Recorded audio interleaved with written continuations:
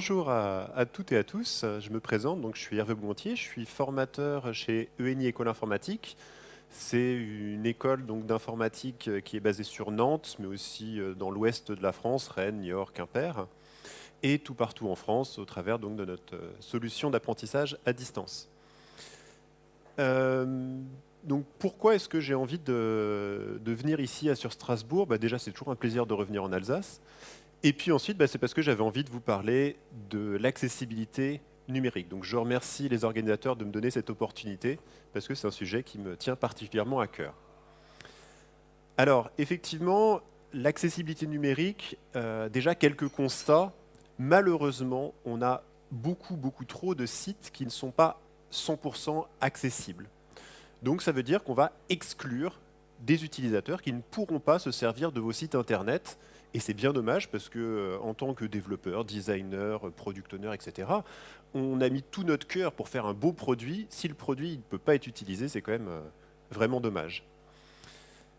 Ensuite, si on voit ça d'un autre point de vue, le numérique, normalement, ça devrait être un monde où le handicap devrait être dépassé, parce que justement, on va enlever des contraintes physiques, normalement, de notre monde physique, pour arriver dans un monde virtuel où tout devient possible, normalement. Donc, c'est une formidable promesse, mais cette promesse, elle ne sera réalisée que si, nous, de notre côté, on fait bien notre boulot. Enfin, dernière petite chose, il faut savoir que c'est une obligation légale pour un certain nombre d'entités, donc les très grosses entreprises, les administrations, donc dans le public, et également tous ceux qui ont une délégation de services publics. Alors, je vais m'intéresser durant ce talk uniquement à un petit périmètre de l'accessibilité numérique. Je vais m'intéresser à des publics qui naviguent sans souris. Généralement, quand on navigue sans souris, ça veut dire qu'on se rabat sur un clavier ou à des technologies d'assistance qui sont équivalentes en fait à une navigation au clavier. Donc, il peut y avoir des personnes qui sont paralysées, qui ne peuvent pas se servir de certains membres. Vous allez avoir des personnes qui vont avoir des tremblements qui vont être tels qu'ils ne pourront pas se servir d'une souris parce qu'ils ne pourront jamais cliquer, cibler quelque chose, ce sera trop compliqué pour elles. On va également avoir des personnes qui vont avoir des absences de membres, donc si ils n'ont pas de membres supérieurs, dans ce cas-là, effectivement, ils ne pourront pas se servir d'une souris.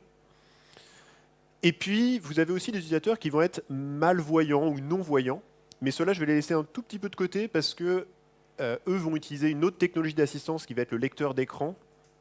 Et les lecteurs d'écran sont quand même une catégorie un petit peu à part qu'on va gérer à part dans l'accessibilité numérique. Alors, comment est-ce que ces personnes vont pouvoir naviguer? Quelles sont les technologies d'assistance qu'ils vont pouvoir utiliser? Déjà, vous avez toutes les familles de joysticks. Donc, vous avez des personnes qui vont pouvoir manipuler un joystick. Alors, en fonction de leur handicap, elles vont pouvoir le manipuler avec différents membres. Ça peut être avec les doigts, ça peut être avec la bouche, ça peut être avec le menton, ça peut être avec les pieds. Donc, c'est vraiment, il y a plein de diversité. Le tout, c'est qu'une fois que la personne va utiliser son joystick, le joystick va servir à se déplacer dans un clavier virtuel. Donc, c'est pour ça que ça revient vraiment à une navigation au clavier. On va avoir aussi des contacteurs. Donc, contacteur, ça peut être sur un muscle. On va positionner ça sur un muscle que la personne est capable de maîtriser. Et ce muscle va permettre de déplacer toujours dans un clavier virtuel pour choisir les touches que l'utilisateur veut utiliser. Avec le souffle, c'est la même chose, c'est avec le souffle qu'on va contrôler le déplacement dans ce clavier virtuel. Ce que je veux juste indiquer, c'est que là, on se rend compte que pour certains utilisateurs, utiliser votre site internet, ça risque d'être assez physique. C'est-à-dire que vraiment, s'il faut souffler pour arriver à se déplacer, qu'il y a beaucoup d'interactions à faire pour pouvoir se déplacer, peut-être que oui, c'est faisable uniquement avec un clavier, mais ça va leur demander un effort qui va être tel qu'au final, c'est comme si ça n'était pas accessible. Enfin, dernier exemple, on peut avoir des personnes qui vont utiliser un système de licorne. Donc c'est là où on voit que les ergothérapeutes ont une imagination débordantes sont capables de vraiment d'inventer plein de choses pour pouvoir pallier le handicap. Et donc là, c'est tout simplement un système où on a effectivement cette licorne, cette corne qui permet d'appuyer sur des touches d'un clavier. Donc là, pareil, il faut imaginer l'effort qui est nécessaire. Alors, première difficulté à laquelle on peut être confronté quand on fait de la navigation au clavier, c'est tout simplement d'arriver à se repérer, de savoir où est-ce qu'on en est. Avec une souris, on voit bien le pointeur, on sait où est-ce qu'on est, et quand on clique, on sait sur quoi on clique. Avec une navigation au clavier, normalement, on doit avoir un rectangle qui va s'afficher pour indiquer où est-ce qu'on en est dans la page. Donc ça, c'est ce qu'on a par défaut, et malheureusement, on peut l'enlever. Alors on peut l'enlever, et j'ai envie de dire, si on l'enlève parce qu'on veut le customiser pour le mettre d'une façon différente, c'est possible. C'est-à-dire que là, on va commencer par enlever ce rectangle bleu parce que le designer a trouvé que c'était moche, que c'était pas beau, que ça allait pas. Mais il a été remplacé en disant que voilà, l'élément qui va recevoir le focus, on va lui donner un design particulier pour que ça corresponde aux envies du designer et en même temps que la personne sache où elle en est. Donc là, on est plutôt bien si on fait ça. Par contre, si on ne fait que la moitié des choses, c'est-à-dire qu'on retire ce qu'il y a par défaut, mais qu'on ne rajoute rien, on se retrouve dans un cas où le site web n'est pas accessible. Pour illustrer mes propos, je vais prendre un site internet où j'ai compilé une petite série d'erreurs que j'ai pu retrouver quand on fait des audits, quand on navigue sur Internet. Alors, là, je suis en train de présenter donc, le premier petit souci. Donc, premier petit souci, quand je suis en train donc, de naviguer, je me déplace. Donc, l'utilisateur il va utiliser la touche tabulation pour aller de champ en champ, de champs sur lesquels on peut interagir, on pourra cliquer pour pouvoir soit naviguer, soit activer un bouton. Et là, en fait, je ne sais pas où j'en suis. Le seul petit indice que j'ai, c'est tout en bas, ici, j'ai écrit l'adresse URL vers où je vais me retrouver si jamais je clique.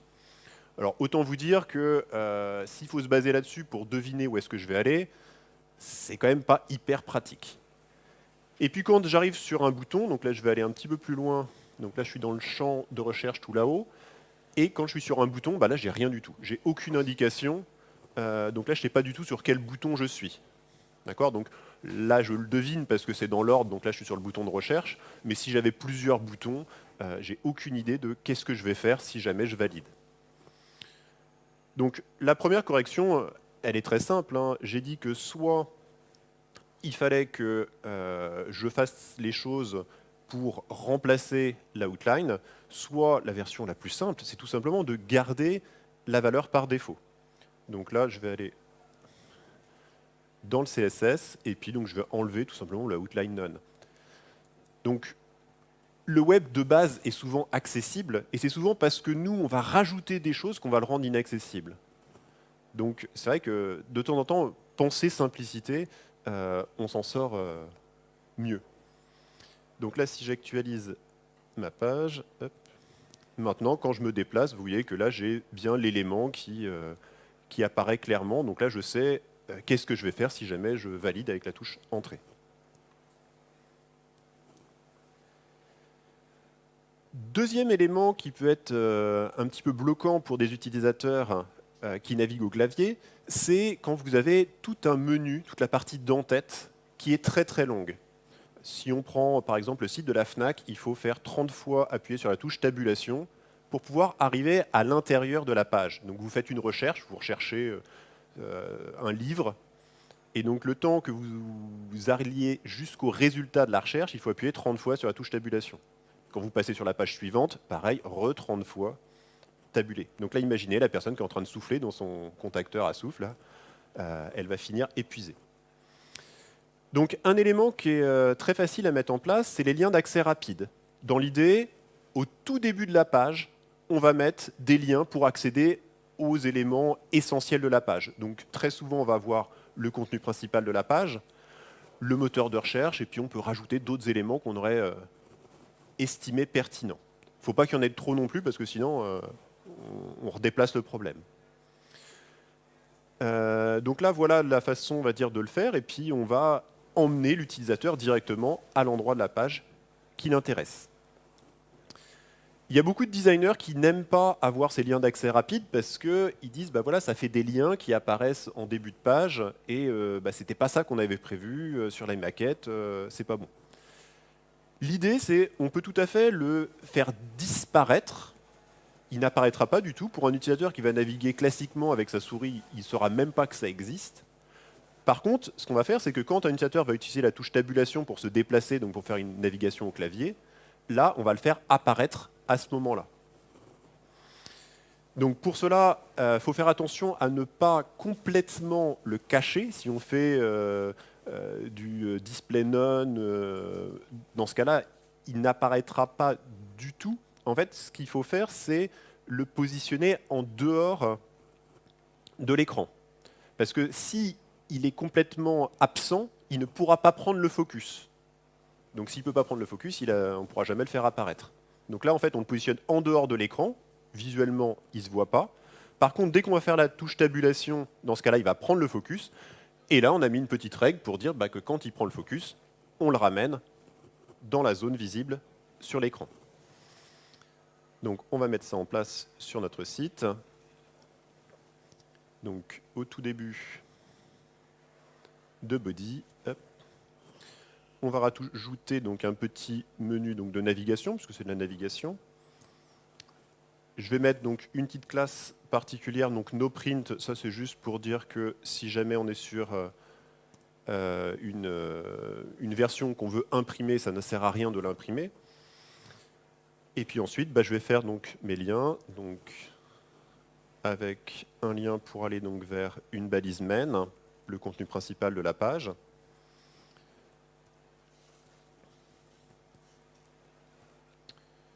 Et puis donc une deuxième balise qui me permet donc d'accéder, un deuxième lien qui me permet donc d'accéder au moteur de recherche.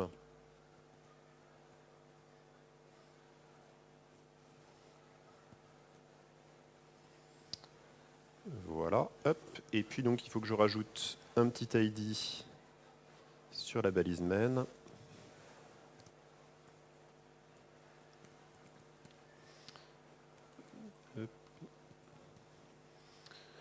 Et puis donc pour les navigateurs anciens, il faut mettre un tab index à -1. Donc c'est pour synchroniser en fait le focus visible avec le focus de déplacement du clavier. Donc ça c'est un petit cheat mode pour arriver à résoudre ce petit problème-là. Donc ça c'était pour la partie ici, et donc pour la partie recherche, c'est ici. Donc j'ai déjà l'ID, il fallait juste que je rajoute donc le tab index à -1. Donc je retourne sur la page, je l'actualise. Et donc là, vous voyez que première tabulation apparaît, donc c'est juste en dessous de ce qui est caché, apparaît donc contenu et puis recherché. Par contre, un utilisateur qui arriverait sur la page qui ne navigue pas au clavier. J'ai pas mis les styles. Donc si j'oublie de mettre les styles. Donc là, ça c'est la version effectivement où je le fais toujours apparaître, autant pour moi. Et donc la version effectivement où je veux les faire disparaître, là il faut effectivement que j'aille rajouter mon CSS. Alors hop.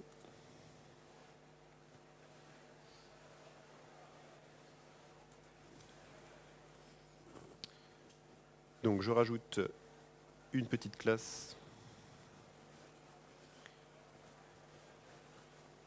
Quick Access. Hop. Et puis donc positionne absolute. Et donc ça je le mets en important. Avec donc un top que je mets donc en dehors de l'écran, donc moins 1000 pixels. Ça devrait faire l'affaire. Et puis donc par contre quand on prend le focus,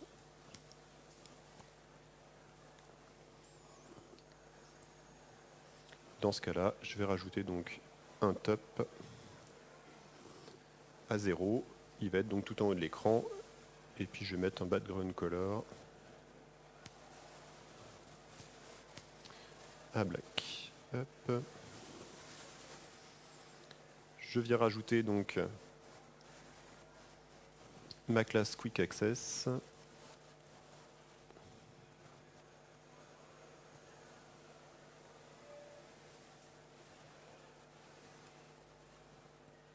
Sur mes éléments. Donc je reviens ici, j'actualise ma page, donc là ils n'apparaissent pas, et dès que je vais tabuler, là contenu apparaît, puis rechercher apparaît, et puis après je me déplace donc normalement sur ma page. Et puis donc si je choisis d'aller donc sur le contenu, si je valide, là je me retrouve directement donc dans le contenu, et donc quand je continue de tabuler, bah, j'avance donc dans mon contenu.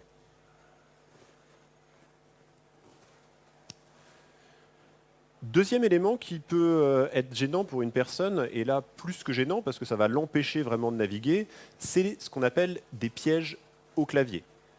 Un piège au clavier, c'est l'utilisateur qui va se retrouver complètement coincé parce qu'il ne peut plus avancer, voire il peut même plus reculer. Il va se retrouver coincé à un endroit et on l'empêche d'en sortir. Donc ça, si je vous montre la démonstration, donc je retourne ici. J'actualise ma page. Hop. Donc je me déplace. Et là, en fait, je ne peux pas dépasser la partie recherche. Si j'essaye de continuer de tabuler, je ne peux pas aller plus loin. Alors comme j'ai mis mes accès rapides, maintenant je peux le sauter. Mais disons que là, c'est de l'astuce. En fait, ce qui s'était passé dans ce site-là, c'est que les développeurs s'étaient dit que si on était sur le bouton et qu'on continuait de taper quelque chose parce qu'on voulait continuer de notre recherche, ils nous renvoyaient dans le champ de recherche. Sauf que dès que j'appuyais sur la touche tabulation, bah là pour le coup il disait bah, c'était une saisie d'un caractère, donc du coup hop, il me remettait automatiquement donc, dans ce champ, donc je ne pouvais pas me déplacer, je ne pouvais plus en sortir. Alors je pouvais revenir en arrière, ça passait, mais je ne pouvais pas aller plus loin. Donc ça se corrige assez facilement. Hein. Les problèmes, quand on a ce genre de soucis, c'est généralement quand en JavaScript, on a fait appel à la fonction donc, focus pour pouvoir remettre le focus à un endroit qu'on aurait choisi. Et donc là, il faut faire attention effectivement de quand est-ce qu'on fait appel à cette fonction-là. Donc là, il y avait une petite exception, c'était quand on appuyait sur la touche Entrée pour valider la recherche. Donc ça, ils avaient bien pensé à dire celle-là, il faut la laisser passer. Mais il y a aussi effectivement les cas où on va donc faire une tabulation, où on va utiliser du Shift, puisqu'on peut faire du Shift Tab pour revenir donc en arrière.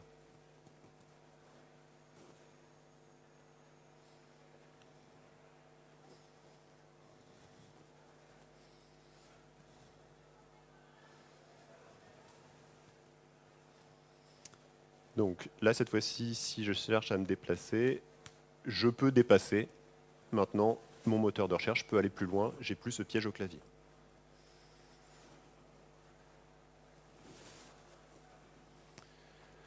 Les formulaires. Alors les formulaires en accessibilité numérique, c'est toujours quelque chose où il y a plein de choses auxquelles il faut faire attention. Pensez que nous-mêmes, les formulaires, généralement, c'est des choses qui nous posent problème, qui nous fatiguent. On n'aime pas remplir des formulaires, c'est long, c'est ennuyeux. Et imaginez donc la saisie pour une personne pour laquelle ça demande un énorme effort de remplir ces formulaires. Première règle, déjà, on ne va pas faire ressaisir des informations qui ont déjà été saisies. Donc là, exemple que malheureusement on trouve, c'est le fait d'avoir des formulaires dans lesquels on va vous demander une adresse de facturation, une adresse de livraison, et vous allez devoir saisir 2 fois finalement la même chose parce que dans 90% des cas, vous voulez utiliser la même adresse. Donc première petite chose assez simple pour corriger cela, c'est de mettre juste une simple petite case à cocher pour dire je veux utiliser la même adresse pour les deux.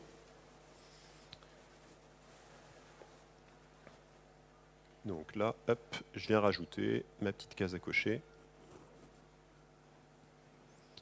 Input de type checkbox avec donc son nom, hop, même adresse, son ID.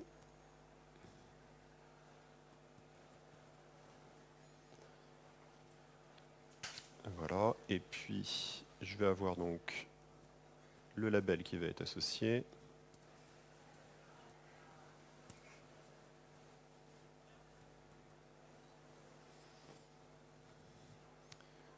Et donc je vais mettre donc utiliser la même adresse.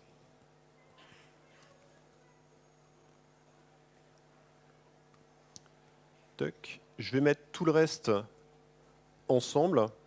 Ça me permettra donc de faire un petit package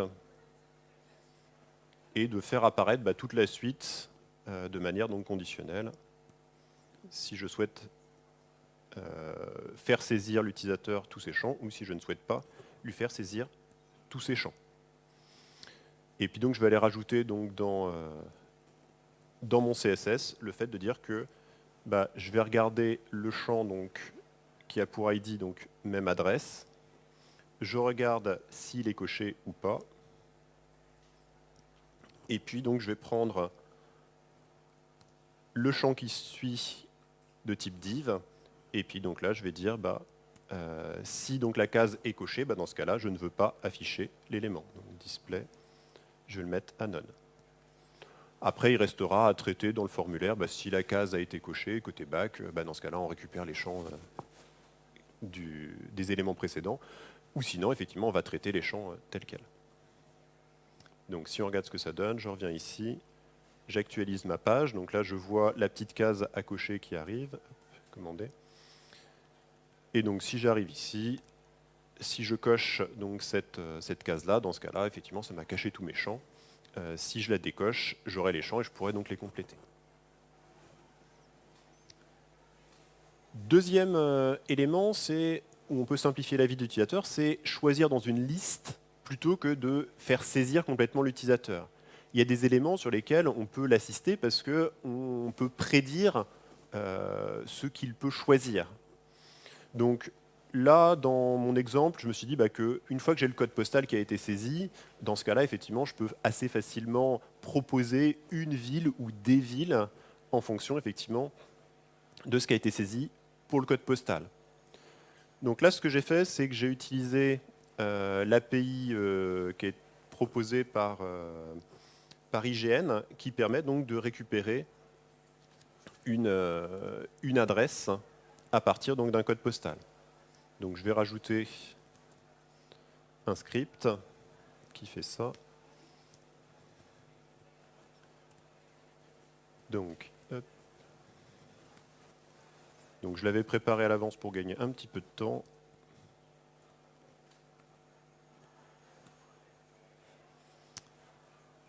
Donc je reviens sur mon formulaire, je réaffiche la page. Et donc quand j'arrive sur le code postal, là je vais pouvoir taper quelque chose. Donc par exemple, je vais faire 67 000. Et donc ici, vous voyez qu'il me propose automatiquement une petite liste déroulante dans laquelle je peux choisir les communes qui ont pour code postal donc 67 000. Là, il n'y a que Strasbourg. Si je reviens ici et que je fais donc 67 100, là, dans ce cas-là, c'est toujours du Strasbourg. Mauvais exemple. Alors 170, vous voulez, hop, 170, voilà, il me propose donc Bernolsheim, mais il me propose aussi Bernstein, Bilswilsheim.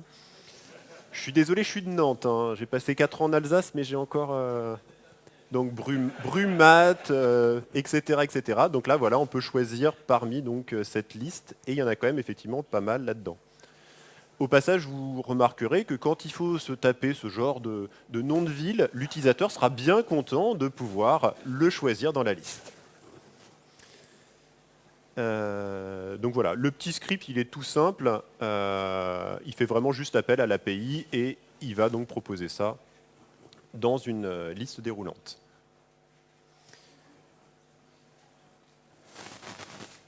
Toujours dans les formulaires, on a un attribut qui est magique, qui va nous simplifier la vie à tous, non seulement pour les personnes qui ont une déficience, mais pour toutes les personnes. Moi, je m'en sers le plus possible quand c'est disponible sur les sites internet. J'en profite parce qu'effectivement, ça évite d'avoir à ressaisir tout un tas d'informations qui sont toujours les mêmes. C'est-à-dire que mes informations personnelles mon nom, mon prénom, mon email, mon adresse, etc., je les saisis une fois dans mon navigateur, et une fois que mon navigateur connaît ces informations, je peux faire le choix de dire je vais utiliser les informations qui sont sur mon navigateur. On peut faire ça pour notre adresse, on peut faire ça pour notre carte bleue, sachant quand même que pour la carte bleue, il va nous demander de nous authentifier quand même pour vérifier que ce n'est pas juste quelqu'un qui est tombé sur votre session qui était ouverte. Et vous pouvez faire ça pour d'autres informations. Donc là, je vous ai mis quelques valeurs possibles pour cet attribut donc autocomplete, mais il y en a plein d'autres. En particulier, vous avez un champ qui permet de récupérer le petit code qui a été envoyé par SMS pour une double validation, une double authentification. Et donc là, hop, directement, on dit je vais utiliser la valeur qui a été récupérée dans mon lecteur de messages. Alors, si on regarde ça, comment est-ce qu'on met ça en place? Il suffit, sur notre formulaire, on va aller rajouter donc les attributs autocomplete sur nos champs. Donc, ici, je suis sur le prénom. Donc, le prénom, il s'appelle donc given name. Ensuite, là, je suis sur le nom de famille. Donc là, ça va être family name. Ici, je vais être sur la première ligne d'adresse. Donc ça va être adresse line 1.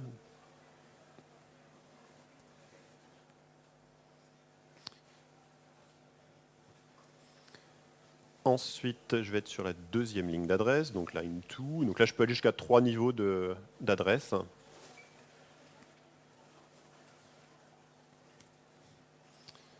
Ensuite, j'ai le code postal, donc autocomplete. Donc là, c'est postal code. Et puis donc sur la ville, là, c'est vrai que c'est pas forcément hyper intuitif. C'est adresse level 2, parce que le level 1, c'est la région. Donc sur les États-Unis, le Canada, c'est vrai que les États, les provinces, c'est quelque chose qui est utile pour une adresse. Pour nous, on ne va pas préciser que je suis de telle région. Quand on précise l'adresse, ce n'est pas nécessaire. Donc voilà, c'est pour ça qu'effectivement, on utilise level 2 et pas level 1 pour la ville. Donc là, j'ai fait tout ça. Je reviens donc sur mon site. Je vais donc l'actualiser. Hop. Je reviens sur mon formulaire. Et donc, alors il faut peut-être déjà que je lui donne une adresse. Donc là, je l'avais enlevé volontairement pour vous montrer comment est-ce que je fais. Je vais sur le petit icône de personnes. Et donc là, je peux donc créer des personnes avec donc leurs adresses. Et donc là, je peux ajouter donc une adresse. Donc là, je vais mettre mon organisation.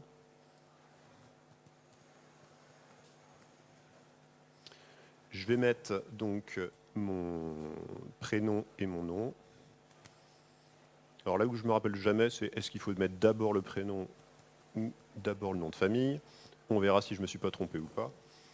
Ensuite, on met donc son adresse, donc 2B, rue Benjamin Franklin. Et puis donc le code postal, donc 44 800 Saint-Herblain.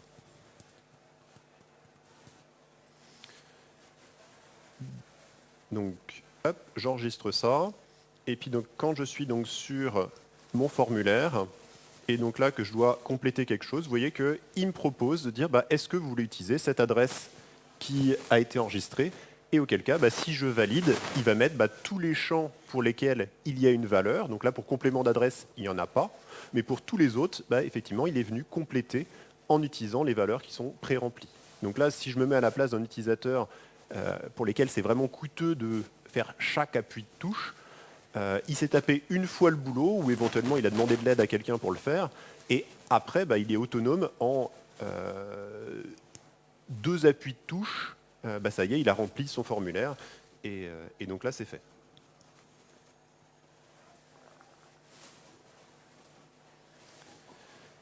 Ensuite, on peut avoir des composants complexes. Là, j'étais resté dans des choses très, très basiques, mais on a envie de faire des choses complexes. Un carrousel, faire des menus, etc. Des choses qui sont un petit peu plus compliquées et qui nécessitent d'avoir du JavaScript.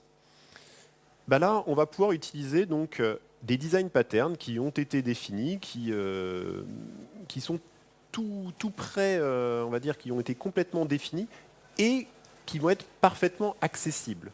C'est-à-dire que les utilisateurs, c'est ça à quoi ils s'attendent comme façon d'interagir avec votre composant. Donc tout est prêt, c'est-à-dire que si je m'intéresse à un carrousel, bah, je vais aller cliquer sur carrousel. Si je m'intéresse à une boîte de dialogue, voilà comment je vais faire, etc. etc. Donc la première règle quand même de l'ARIA, c'est de se dire que si jamais on peut faire 100, on va faire 100. C'est-à-dire que si jamais je veux faire quelque chose qui va se cacher et se montrer à la demande, bah ça, je peux le faire. Il y a un design pattern qui est tout prêt pour cela. Je ne sais plus où est-ce qu'il est. Il est ici, Disclosure.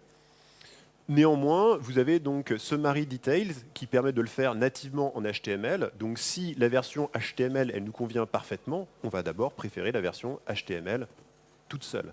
D'accord ? C'est que si jamais on veut faire des choses plus évoluées, où on cache, mais pas dans tous les cas, etc., où là, il va falloir aller regarder comment est-ce qu'on va faire pour que ce soit accessible à tous nos utilisateurs. Donc ça va nous demander, si je regarde par exemple celui-ci, ça va nous demander des interactions au clavier, dire voilà, si on appuie sur la touche entrée, voilà ce qui doit se passer. Si on appuie sur la touche échappe, voilà ce qui doit se passer. Et puis, ça va nous demander aussi de mettre quelques propriétés sur nos balises HTML pour que ce soit correctement donc restitué par les technologies d'assistance.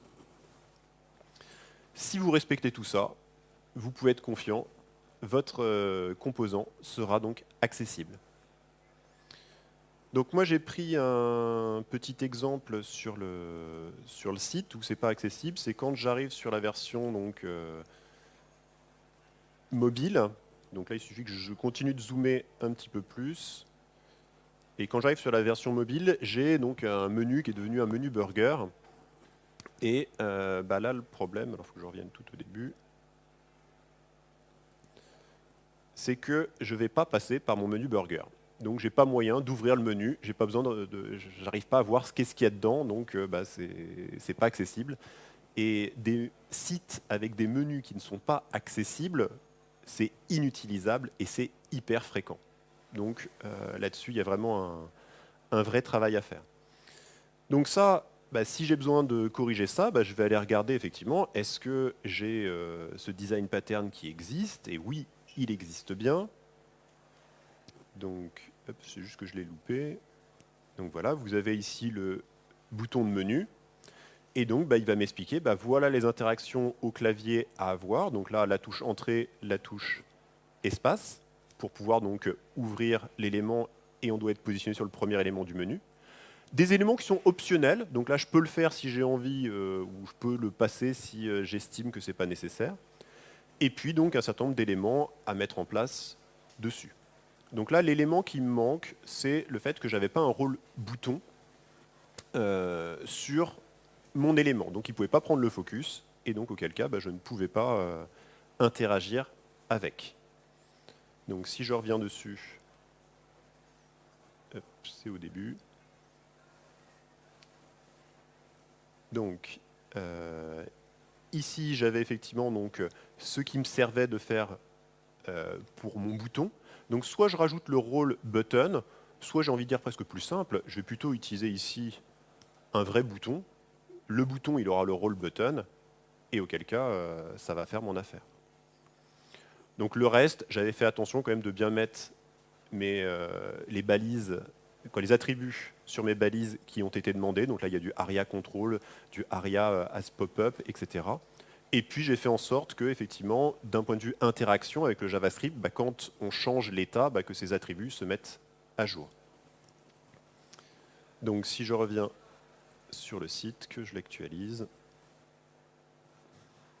donc cette fois-ci, j'arrive à passer sur le menu. Donc là, quand j'appuie sur la touche Entrée, ça me permet effectivement d'être dessus. Si j'utilise les flèches du clavier, donc ça c'était optionnel, mais voilà, là j'avais choisi de l'implémenter.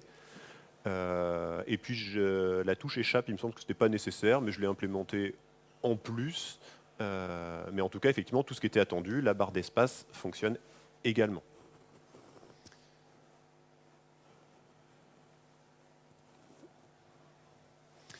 Pour conclure sur l'accessibilité numérique, moi, il y a quelques éléments que j'essaye de vous faire passer, quelques messages que j'essaye de faire passer.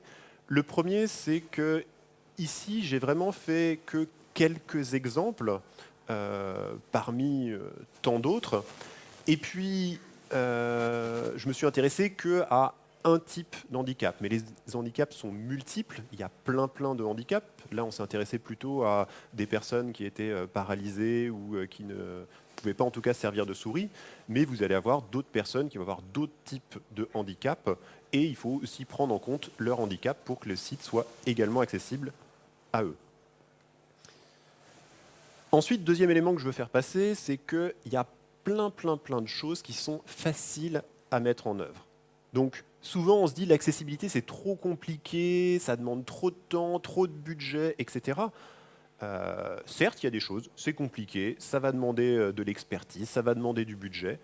Je veux bien l'entendre. Mais commençons déjà par faire tout ce qui est facile.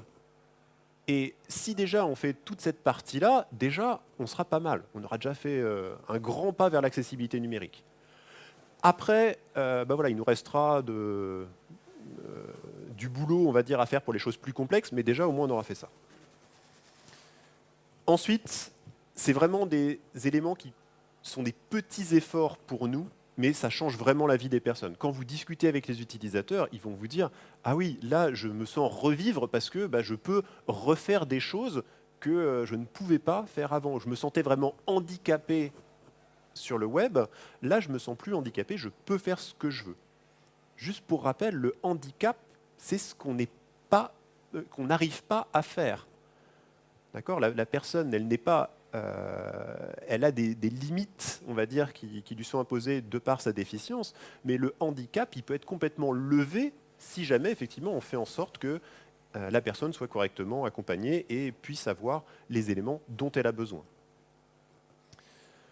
Enfin, n'attendez pas la prochaine version en vous disant dans la prochaine version, on va faire le site qui sera 100% accessible, etc. Parce que lors de la prochaine version, vous direz « Ah ouais, mais on ne sait toujours pas comment faire, on n'a toujours pas le budget, etc. » Et vous ne le ferez pas. Commencez par traiter l'accessibilité comme un bug. C'est un bug d'accessibilité. Et donc, vous avez des processus pour gérer vos bugs. Et faut les traiter exactement de la même manière, c'est-à-dire qu'il faut que ça rentre un ticket en disant il y a un problème d'accessibilité, voilà quel est le problème, éventuellement voilà comment est-ce qu'on peut le corriger, et puis après c'est corrigé, tout le monde va apprendre à corriger ce type de bug, et toute l'équipe va monter en compétences petit à petit. Et à la prochaine version, où vous voulez faire une nouvelle version complètement 100% accessible, là vous serez prêt à faire cette version accessible. Enfin, pour terminer, je voulais vous proposer une petite question. C'est de dire, voilà, je vous propose un petit code et je vous demande quel est le problème d'accessibilité et comment donc le corriger. Et puis celui qui me donne la bonne réponse, je lui offrirai un exemplaire de mon livre. Ah, je mets un peu d'enjeu comme ça. Alors, on vous écoute. Ouais, donc ça c'est un truc qui est hallucinant, mais effectivement, on peut retrouver ce genre de choses, et je ne sais pas pourquoi, mais la personne s'est dit, je vais mettre un tab index à -1. Je ne sais pas si c'est par méconnaissance, si c'est par... voilà, mais en tout cas, c'est des choses qu'on peut trouver, et effectivement, ça empêche finalement de prendre le focus. Donc c'est comme mon histoire où j'avais un faux bouton, quelque chose qui n'était pas un bouton, qui ressemblait à un bouton. Quand on cliquait dessus, il se passait bien ce qu'il fallait, mais ça ne fonctionnait pas. Voilà, j'arrive au bout de mon temps, je suis désolé, je ne peux pas prendre de questions. Néanmoins, c'est avec un grand plaisir que je pourrai répondre à toutes vos questions en dehors de la salle pour discuter accessibilité avec ceux que ça intéresse. Je vous remercie de votre attention.